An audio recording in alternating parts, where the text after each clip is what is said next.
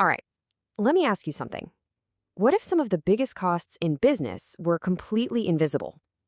I'm talking about expenses that are not just hurting the bottom line, but also the planet.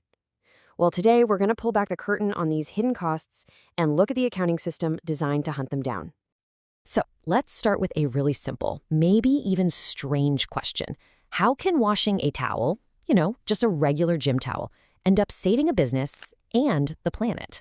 It sounds almost silly, right? But trust me, this one little question gets us right to the heart of what environmental management accounting is all about. Okay, so think about this real-world scenario. A gym is looking at its expenses and sees that its laundry costs are through the roof. So they do a little digging and they realize, hey, a lot of our customers are using 2-3 towels every visit. So what do? They bring in a simple one-towel policy. And the results, they're instant. I mean, they're saving money on electricity, on water, on staff time, even on buying new towels. And at the exact same time, they're using less energy and less water. That's a huge win for the environment. It's the perfect little example of how you can find a hidden cost and turn it into a win-win.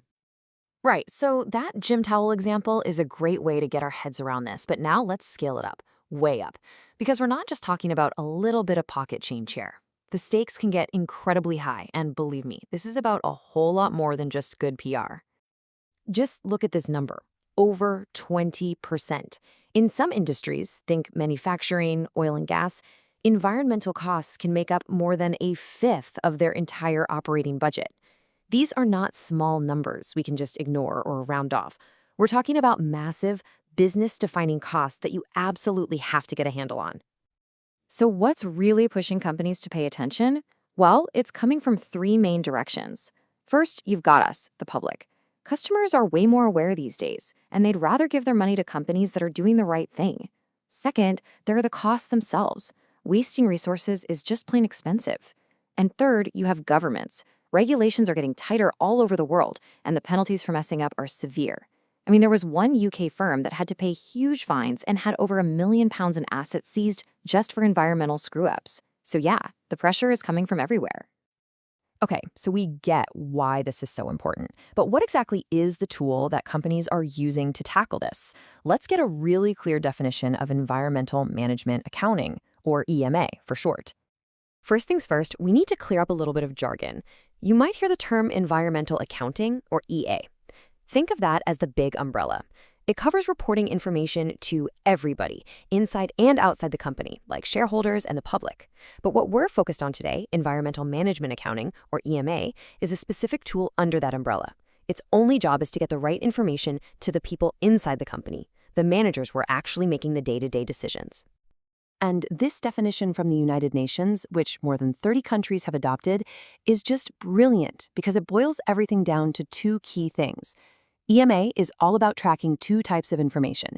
First, the physical stuff, the flow of energy, water, materials. And second, the monetary stuff, the actual costs and savings tied to that physical flow. So you see, EMA is the bridge that connects what's happening on the factory floor with what's happening on the balance sheet. Now, this all sounds pretty logical, right? But there's a huge challenge here, and it's the whole reason these costs were ignored for so long in the first place. It comes down to a simple truth. You can't manage what you can't see. And here is the absolute heart of the problem. In traditional accounting, all these critical environmental costs, for energy, for water, for waste disposal, they're usually just dumped into one giant messy bucket called general overheads. It's a total black box. And that makes it completely impossible for a manager to see where the waste is, let alone figure out how to fix it.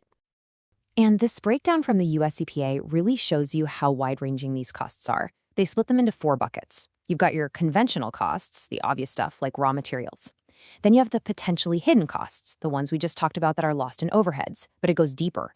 You also have to think about contingent costs, which are future problems like fines or cleanup bills. And finally, there are the intangible image and relationship costs that can seriously damage your brand. EMA's mission is to drag all 4 of these out into the open. So if these costs are buried so deep in the accounting, how on earth do you actually find them? Let's get practical and look at the techniques accountants use to make that invisible stuff visible. Okay, so the UN points to a few key techniques. You've got things like flow cost accounting, activity-based costing, and life cycle costing. They're all really useful, but to get a solid grip on the basic idea, we're going to zoom in on the most straightforward one, input/outflow analysis. The logic behind this is it's beautifully simple. It's basically a law of physics applied to business. What comes in must go out. Or to put it another way, every single thing you put into a process has to be accounted for when it comes out the other side. It has to go somewhere. Okay, let's walk through an example. Say a company buys 100 kilograms of some raw material. That's our input. All right. Then, at the very end of the production line, they measure their final output, and they find they've produced 80 kilograms of finished product. This simple math immediately forces a really important question. If 100 kilograms went in and only 80 kilograms came out as a product you can sell, where did the other 20 kilograms go? And boom, there's your answer. That missing 20 kilograms, that's your waste, your scrap, your inefficiency. But here's the kicker. It's not just the cost of that lost material. The company also paid to have it shipped, paid to store it, and now they're going to have to pay again to get rid of it. EMA's job is to put a hard number, a true monetary cost, on that entire loss.